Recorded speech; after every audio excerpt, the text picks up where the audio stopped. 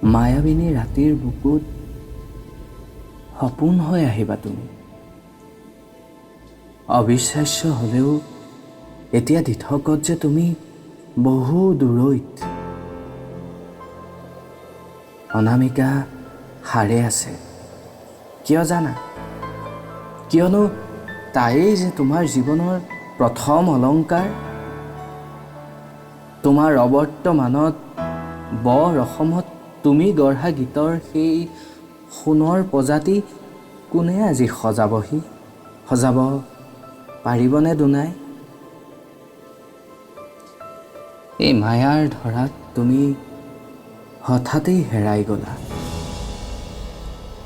আনে যোৱা বাটেৰে নগৈ তুমি সাগৰ তলিত পোৱাৰ হেঁপাহ পূৰালা। সাঁতুৰিব পাৰা বুলিয়েই জানো সেইদিনা সাগৰ সাঁতুৰিব লাগিছিল।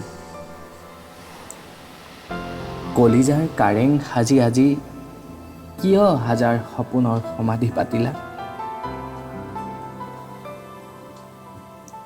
তোমাৰ মৃত্যুৰ সঁচা মিছাৰ দুমোজাত আমি সাঁতুৰিছোঁ। উভতিম হয়তো উকা হাতে লৈ মাথো তোমাৰ সোঁৱৰণি। তোমাৰ কথাই সদায়ে আমনি কৰিম। নিজানত যেতিয়া অকলে বহিম, পাখি মেলি দিয়া গানে সোণালী কৰি ৰাখিব তোমাৰে আমাৰে সময়।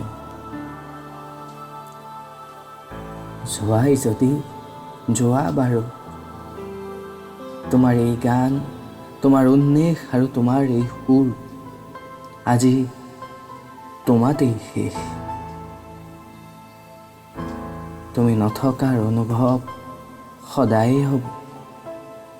তোমাৰ কবিতাৰ ছন্দ, গানৰ সুৰ বুজিছোঁ আজি। নভবা কথাও চাগে হঠাতেই হয়।